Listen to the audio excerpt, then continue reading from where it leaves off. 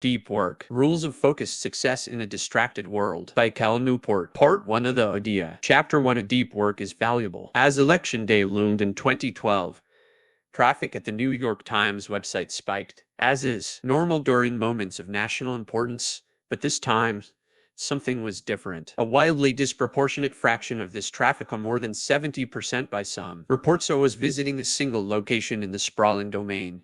It wasn't a front-page breaking news story, and it wasn't commentary from one of the paper's Pulitzer Prize-winning columnists, so it was instead a blog run by a baseball stats geek turned election forecaster named Nate Silver. Less than a year later, ESPN and ABC News lured Silver away from the Times, which tried to retain him by promising a staff of up to a dozen writers on a major deal that would give Silver's operation a role in everything from sports to weather to network news segments to, and probably enough, Academy Awards telecasts. Though there's debate about the methodological rigor of Silver's Pantone models, there are few who deny that in 2012 this 35-year-old data whiz was a winner in our economy. Another winner is David Heimer Hansen, a computer programming star who created the Ruby on Rails website development framework, which currently provides the foundation for some of the web's most popular destinations, including Twitter and Hola. Hansen is a partner in the influential development firm Basecamp called 37 Cygnus until 2014. Hansen doesn't talk publicly about the magnitude of his profit share from Basecamp or his other revenue sources, but we can assume they're lucrative given that Hansen splits his time between Chicago, Malibu, and Marbella, Spain, where he dabbles in high-performance race car driving. Our third and final example of a clear winner in our economy is John Doerr, general partner in the famed Silicon Valley venture capital fund Kleiner Perkins Cofield Buyers. Doerr helped fund many of the key companies fueling the current technological revolution, including Twitter, Google, Amazon, Netscape, and Sun Microsystems. The return on these investments has been astronomical. Doerr's net worth, as of this writing, is more than $3 billion. Why have Silver, Hansen, and Doerr done so well? There are two types of answers to this question. The first are micro in scope and focus on the personality traits and tactics that help drive this trio's rise. The second type of answers are more macro, in that they focus less on the individuals and more on the type of work they represent. Though both approaches to this core question are important, the macro answers will prove most relevant to our discussion, as they better illuminate what our current economy rewards. To explore this macro perspective, we turn to a pair of MIT economists, Eric Brynjolfsson and Andrew McAfee, who in their influential 2011 book, Race Against the Machine, provide a compelling case that among various forces at play, it's the rise of digital technology in particular that's transforming our labor markets in unexpected ways. We are in the early throes of a great restructuring, Brynjolfsson and McAfee explain early in their book. Our technologies are racing ahead, but many of our skills and organizations are lagging behind. For many workers, this lag predicts bad news. As intelligent machines improve, and the gap between machine and human abilities shrinks, employers are becoming increasingly likely to hire new machines instead of new people. And when only a human will do, improvements in communications and collaboration technology are making remote work easier than ever before, motivating companies to outsource key roles to stars, leaving the local talent pool underemployed. This reality is not, however, universally grim, as Brynjolfsson and McAfee emphasize. This great restructuring is not driving down all jobs but is instead dividing them. Though an increasing number of people will lose in this new economy as their skill becomes automatable or easily outsourced, there are others who will not only survive but thrive by becoming more valued and therefore more rewarded than before.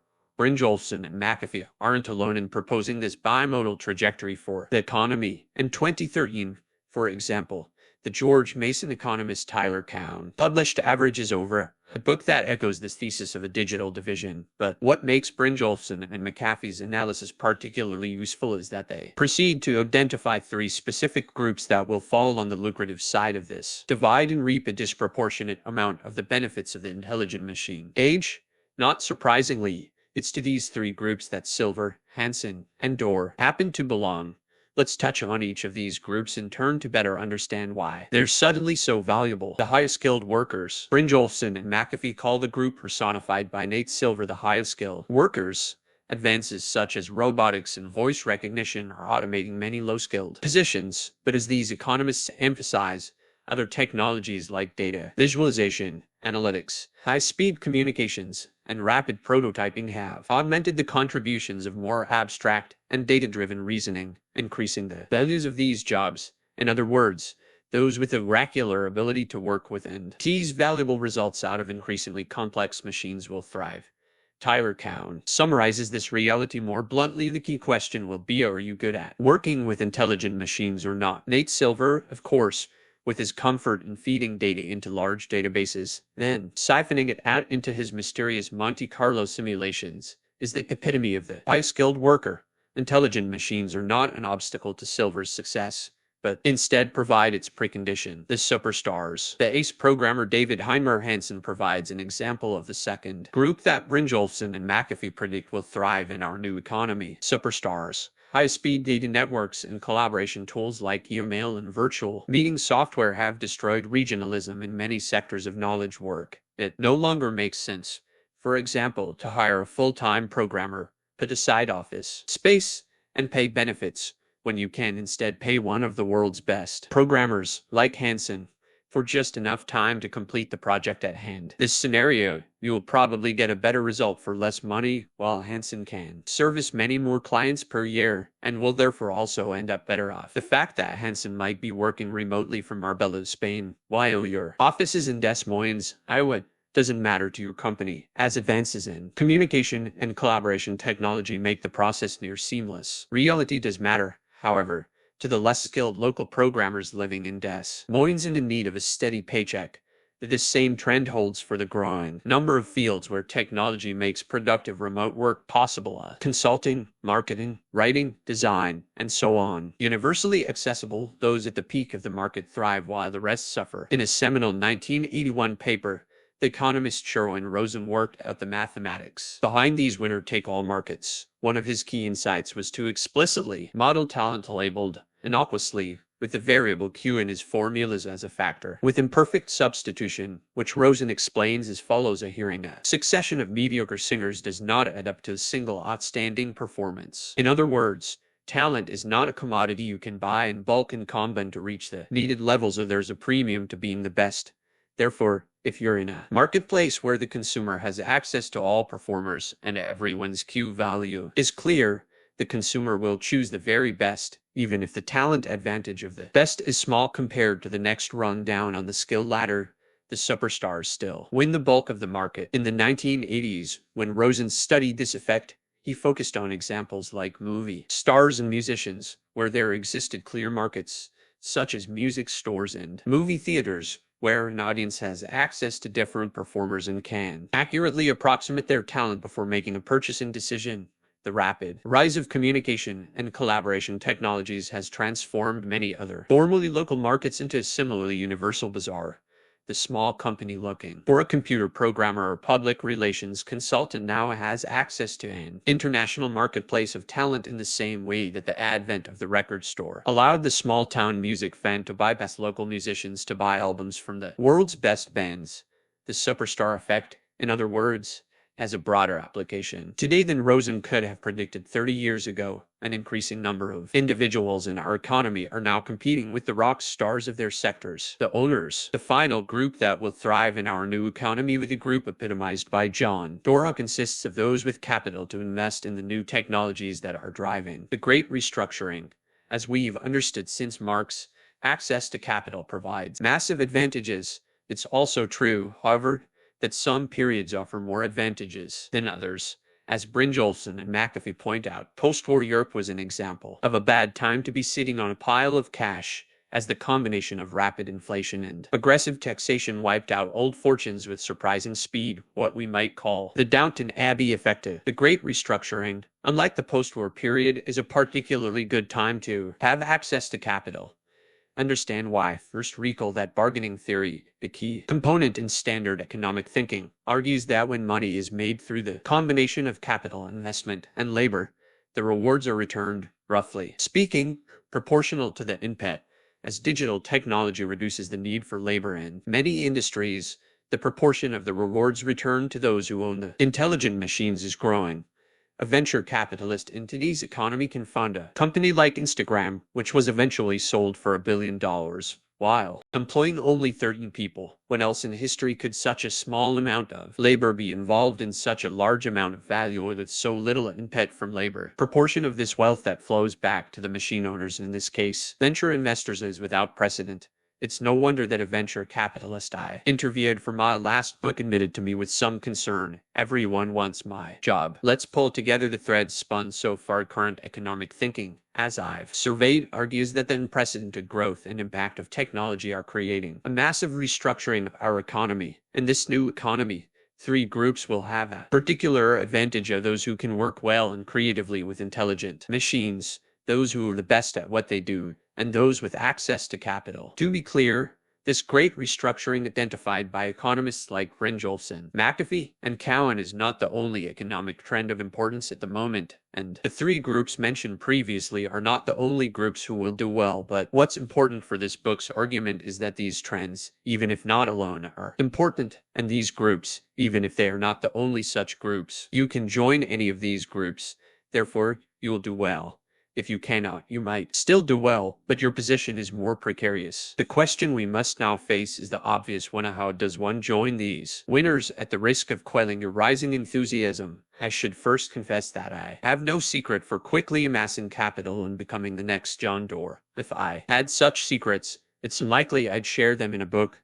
The other two winning groups, however, are accessible. How to access them is the goal we tackle next. How to become a winner in the new economy. I just identified two groups that are poised to thrive and that I claim are accessible: those who can work creatively with intelligent machines and those who are stars in their field. What's the secret to landing in these lucrative sectors of the widening digital divide? I argue that the following two core abilities are crucial. Two core abilities for thriving in the new economy. 1. The ability to quickly master hard things. 2. The ability to produce at an elite level in terms of both quality and speed. Let's begin with the first ability. To start, we must remember that we've been spoiled by the intuitive and drop-dead simple user experience of many consumer technologies like Twitter and the iPhone. These examples, however, are consumer products, not serious tools, or most of the intelligent machines driving the great restructuring are significantly more complex to understand and master. Consider Nate Silver, our earlier example of someone who thrives by working well with complicated technology. If we dive deeper into his methodology, discover that generating data-driven election forecasts is not as easy as typing "who will win more votes" into a search box. He instead maintains a large database of poll results, thousands of polls from more than 250 pollsters that he feeds into Stata, a popular statistical analysis system produced by a company called StatCorp.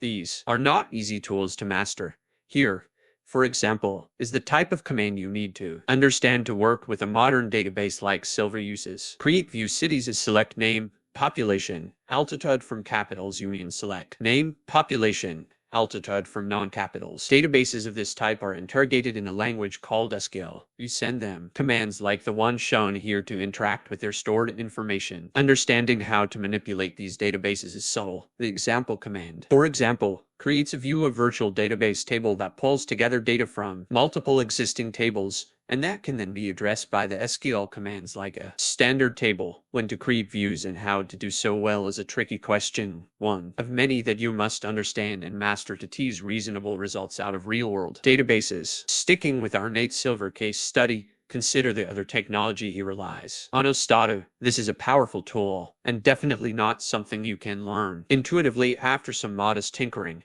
Here, for example, is a description of the features added to the most recent version of this software. Stata 13 adds many new features such as treatment effects, multi-level GLAM power and sample size, generalized SEM forecasting, effect sizes, project manager, long strings and blobs, and much more. Silver uses this complex software with its generalized SEM and blobs to build intricate models with interlocking parts and multiple regressions conducted on custom parameters, which are then referenced as custom weights used in probabilistic expressions, and so on. The point of providing these details is to emphasize that intelligent machines are complicated and hard to master. To join the group of those who can work well with these machines, therefore, requires that you hone your ability to master hard things. And because these technologies change rapidly, this process of mastering hard things never ends. You must be able to do it quickly, again and again. This ability to learn hard things quickly, of course, isn't just necessary for working well with intelligent machines, it also plays a key role in the attempt to become a superstar in just about any field, even those that have little to do with technology. Become a world-class yoga instructor, for example, requires that you master an increasingly complex set of physical skills. To excel in a particular area of medicine, to give another example, requires that you be able to quickly master the latest research on relevant procedures.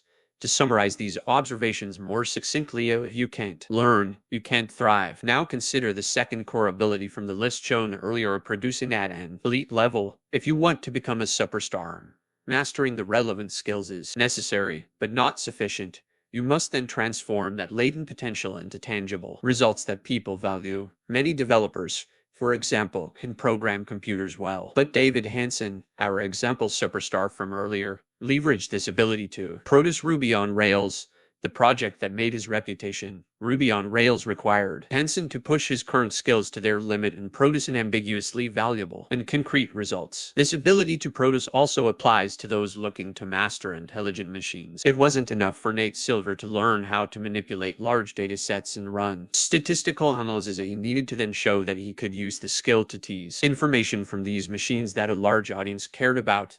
Silver worked with many stats geeks during his days at Baseball Prospectus, but it was Silver alone who put in the effort to adapt these skills to the new and more lucrative territory of election forecasting. This provides another general observation for joining the ranks of winners in our economy. If you don't produce, you won't thrive no matter how skilled or talented you are. Having established two abilities that are fundamental to getting ahead in our new technology or disrupted world, we can now ask the obvious follow-up question: how does one cultivate these core abilities? It's here that we arrive at a central thesis of this book. The two core abilities just described depend on your ability to perform deep work. If you haven't mastered this foundational skill, you will struggle to learn hard things or produce at an elite level. The dependence of these abilities on deep work isn't immediately obvious. It requires a closer look at the science of learning, concentration, and productivity. Sections ahead provide this closer look, and by doing so will help this connection between deep work and economic success shift for you from unexpected to unimpeachable. Deep work helps you quickly learn hard things. Let your mind become a lens. Thanks to the converging rays of attention, and let your soul be all intent on whatever it is that is established in your mind as a dominant, wholly absorbing idea. This advice comes from Antonin Almasi Sertalanges, a Dominican friar and professor of moral philosophy, who during the early part of the 20th century penned a slim but influential volume titled The Intellectual Life. Sertalanges wrote the book as a guide to the development and deepening of the mind for those called to make a living in the world of ideas. Throughout The Intellectual Life, Sertalanges recognizes the necessity of mastering complicated material and helps prepare the reader for this challenge. For this reason, his book proves useful in our quest to better understand how people quickly master hard cognitive skills. To understand Sertalanges' advice, let's return to the quote from earlier, and these words, which are echoed in many forms in The Intellectual Life. Sertalanges argues that to advance your understanding of your field, you must tackle the relevant topics systematically, allowing your converging rays of attention to uncover the truth latent in each. In other words, he teaches that to learn requires intense concentration. Idea turns out to be ahead of its time. In reflecting on the life of the mind in the 1920s, Sertalanges uncovered a fact of mastering cognitively demanding tasks that would take academia another 7 decades to formalize. This task of formalization began in earnest in the 1970s, when a branch of psychology, sometimes called performance psychology, began to systematically explore what separates experts in many different fields from everyone else. Early 1990s, Anders Ericsson, a professor at Florida State University, pulled together these strands into a single coherent answer, consistent with the growing research literature that he gave a punchy name: a deliberate practice. Ericsson opens his seminal paper on the topic with a powerful claim: we deny that these differences between expert performers and normal adults are immutable. Instead, we argue that the differences between expert performers and normal adults reflect a lifelong period of deliberate effort to improve performance in a specific domain. American culture, in particular, loves the storyline of the prodigy. Do you know how easy this is for me? Matt Damon's character famously cries in the movie Good Will Hunting as he makes quick work of proofs that stymie the world's top mathematicians. The line of research promoted by Ericsson, and now widely accepted with caveats, destabilizes these myths. To master a cognitively demanding task requires this specific form of practice, though there are few exceptions made for natural talent. On this point, too, Sertalanges seems to have been ahead of his time, arguing in the intellectual life. Men of genius themselves were great only by bringing all their power to bear on the point on which they had decided to show their full measure. Erickson couldn't have said it better. This brings us to the question of what deliberate practice actually requires. Its core components are usually identified as follows. When your attention is focused tightly on a specific skill you're trying to improve or an idea you're trying to master, or a tool you receive feedback so you can correct your approach to keep your attention exactly where it's most productive. The first component is of particular importance to our discussion, as it emphasizes that deliberate practice cannot exist alongside distraction, and that it instead requires uninterrupted concentration. As Erickson emphasizes, diffused attention is almost antithetical to the focused attention required by deliberate practice. Emphasis minor. As psychologists, Erickson and the other researchers in his field are not interested in why deliberate practice works, so they're just identifying it as an effective behavior. That intervening decades since Erickson's first major papers on the topic, however, neuroscientists have been exploring the physical mechanisms that drive people's improvements on hard tasks. As the journalist Daniel Cole surveys in his 2009 book, The Talent Code, these scientists increasingly believe the answer includes myelin, a layer of fatty tissue that grows around neurons, acting like an insulator that allows the cells to fire faster and cleaner. To understand the role of myelin in improvement in mind, that skills, be they intellectual or physical, eventually reduce down to brain circuits. This new science of performance argues that you get better at a skill as you develop more myelin around the relevant neurons, allowing the corresponding circuit to fire more effortlessly and effectively. To be great at something is to be well myelinated. This understanding is important because it provides a neurological foundation for why deliberate practice works. By focusing intensely on a specific skill, you're forcing the specific relevant circuit to fire again and again in isolation. Repetitive use of a specific circuit triggers cells called oligodendrocytes to begin wrapping layers of myelin around the neurons in the circuits, effectively cementing the skill. The reason, therefore, why it's important to focus intensely on the task at hand while avoiding distraction is because this is the only way to isolate the relevant neural circuit enough to trigger useful myelination.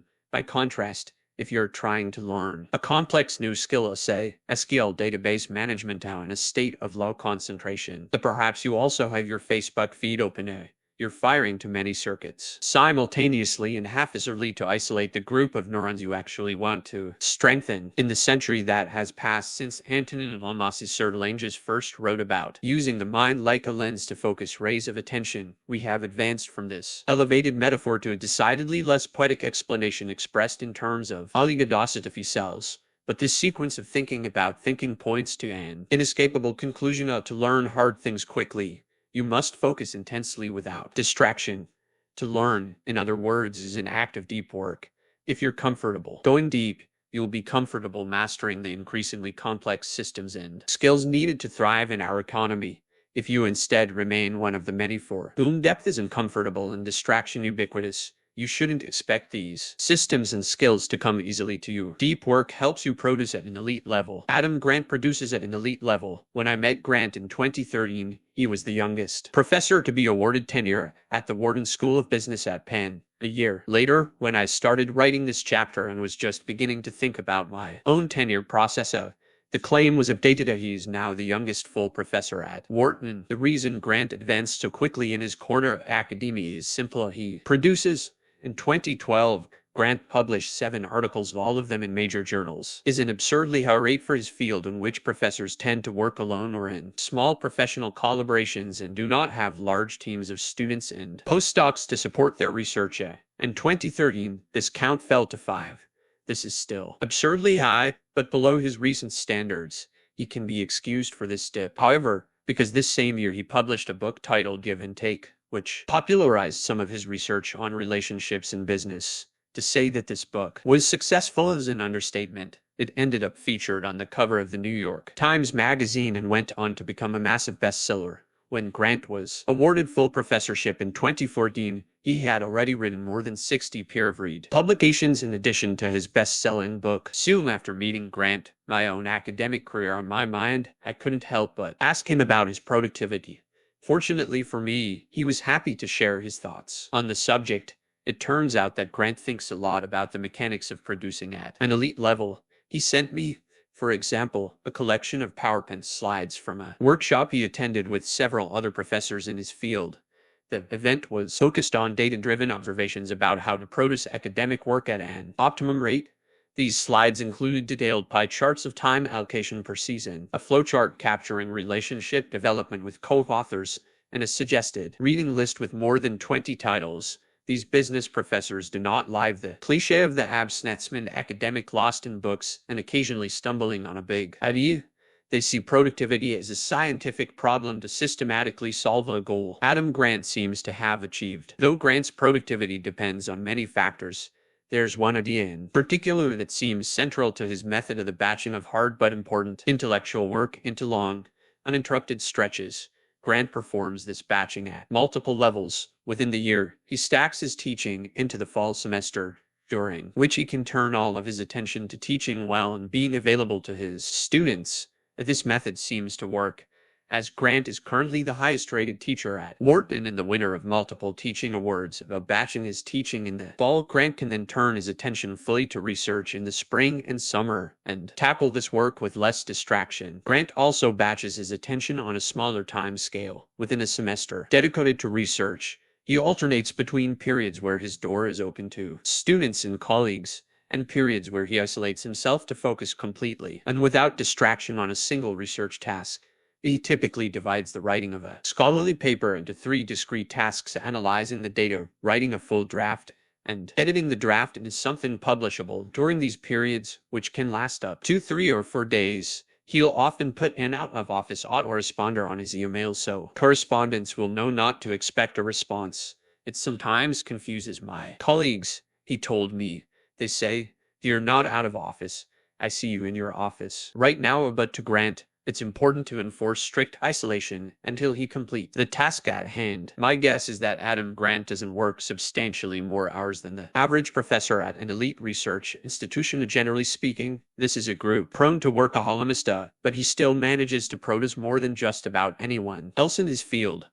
I argue that his approach to batching helps explain this paradox, particularly consolidating his work into intense and uninterrupted pulses. He's leveraging the following law of productivity: high-quality work produced, the time spent to X intensity of focus. If you believe this formula, then Grant's habits make sense by maximizing his intensity when he works. He maximizes the results he produces per unit of time spent working. This is not the first time I have encountered this formulaic conception of productivity. It first came to my attention when I was researching my second book, How to Become a Straight Student, many years earlier. During that research process, I interviewed around 50 ultra-high-scoring college undergraduates from some of the country's most competitive schools. Something I noticed in these interviews is that the very best students often studied less than the group of students right below them on the PA rankings.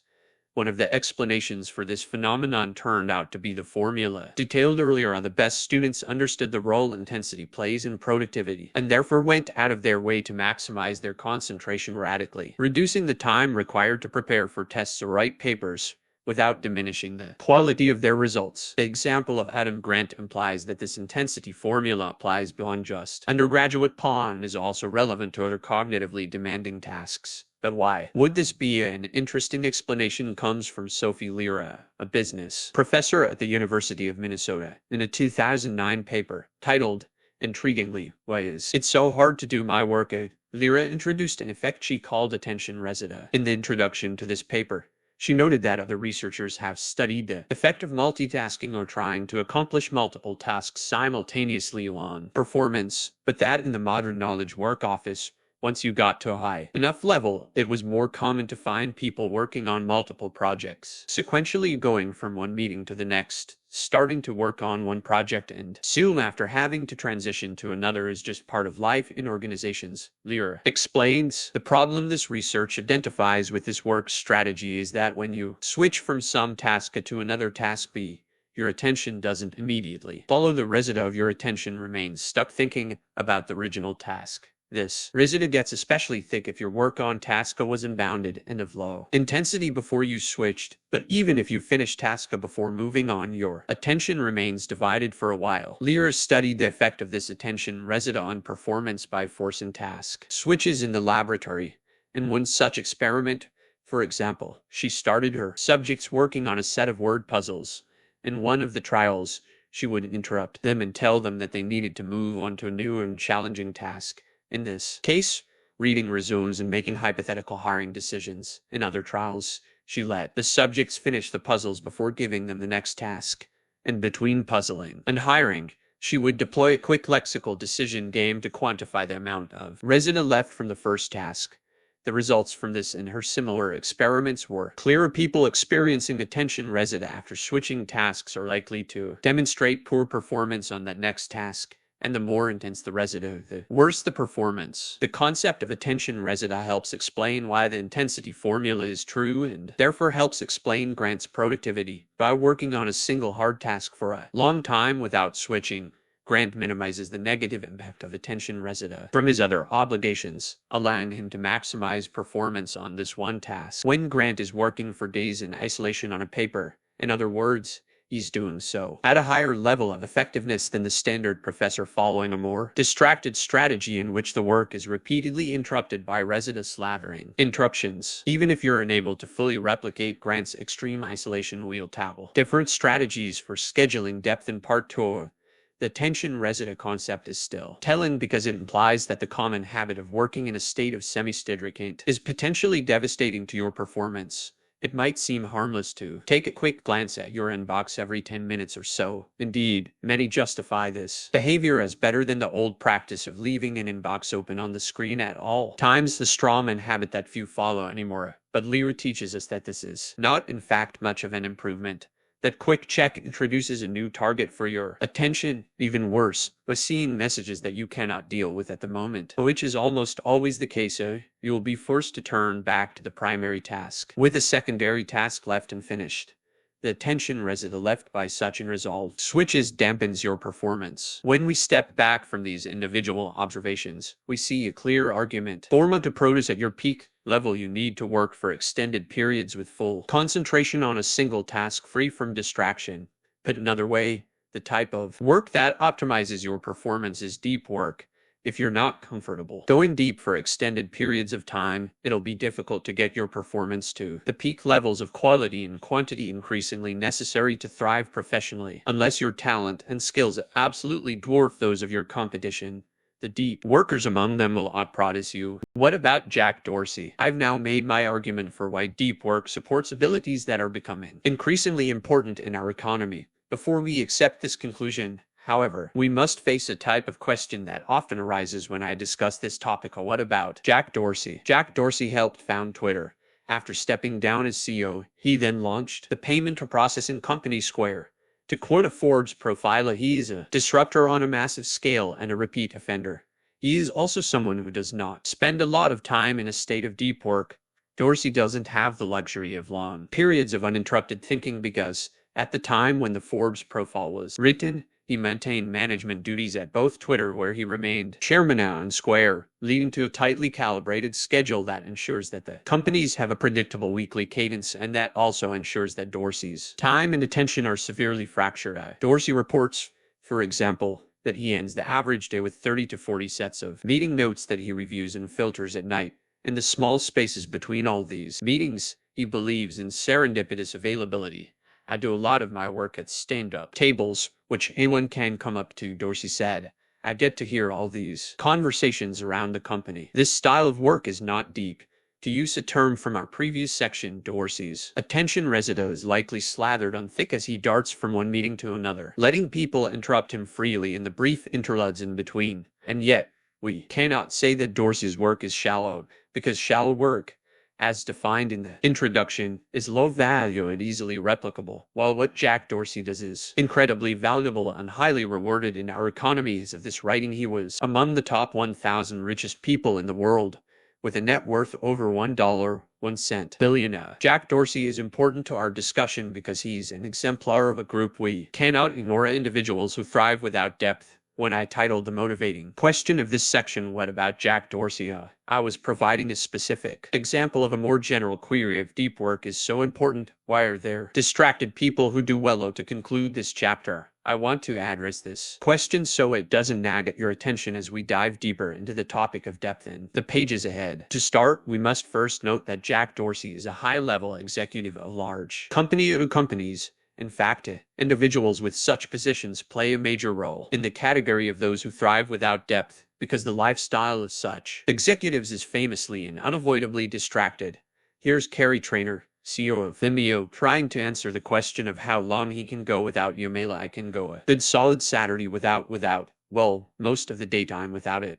I mean, I'll check it, but I won't necessarily respond." At the same time, of course, these executives are better compensated and more important in the American economy today than in any other time in history. Dorsey's success without depth is common at this elite level of management. We've stipulated this reality. We must then step back to remind ourselves that it doesn't undermine the general value of depth. Why? Because the necessity of distraction in these executives' work lives is highly specific to their particular jobs.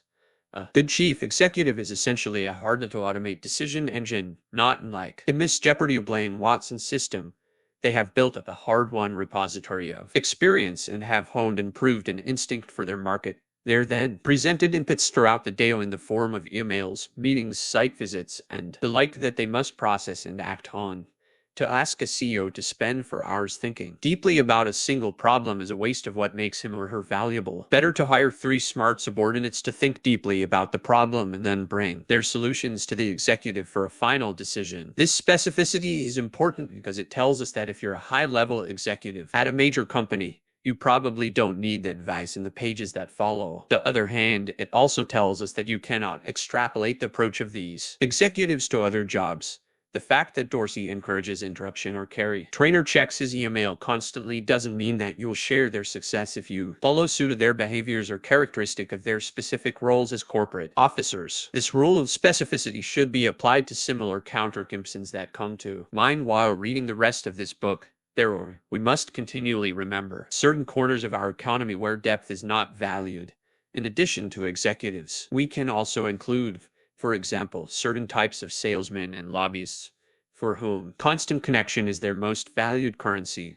There are even those who manage to grind out distracted success in fields where depth would help. But at the same time, don't be too hasty to label your job as necessarily non-deep. Just because your current habits make deep work difficult doesn't mean that this lack of depth is fundamental to doing your job well. In the next chapter, for example, I tell the story of a group of high-powered management consultants who were convinced that constant email connectivity was necessary for them to service their clients, when a Harvard professor forced them to disconnect more regularly as part of a research study. They found, to their surprise, that this connectivity didn't matter nearly as much as they had assumed. The clients didn't really need to reach them at all times, and their performance as consultants improved once their attention became less fractured. Similarly, several managers I know tried to convince me that they're most valuable when they're able to respond quickly to their teams of problems, preventing project logjams. They see their role as enabling others of productivity, not necessarily protecting their own. Follow-up discussions, however, soon uncovered that this goal entity really require attention fracturing connectivity. Indeed, many software companies now deploy the Scrum project management methodology, which replaces a lot of this ad hoc messaging with regular, highly structured, and ruthlessly efficient status meetings often held standing up to minimize the urge to bloviate. The approach frees up more managerial time for thinking deeply about the problems their teams are tackling, often improving the overall value of what they produce. But another way of deep work is not the only skill valuable in our economy, and it's possible to do well without fostering this ability. But the niches where this is advisable are increasingly rare. Unless you have strong evidence that distraction is important for your specific profession, you're best served, for the reasons argued earlier in this chapter, by giving serious consideration to depth.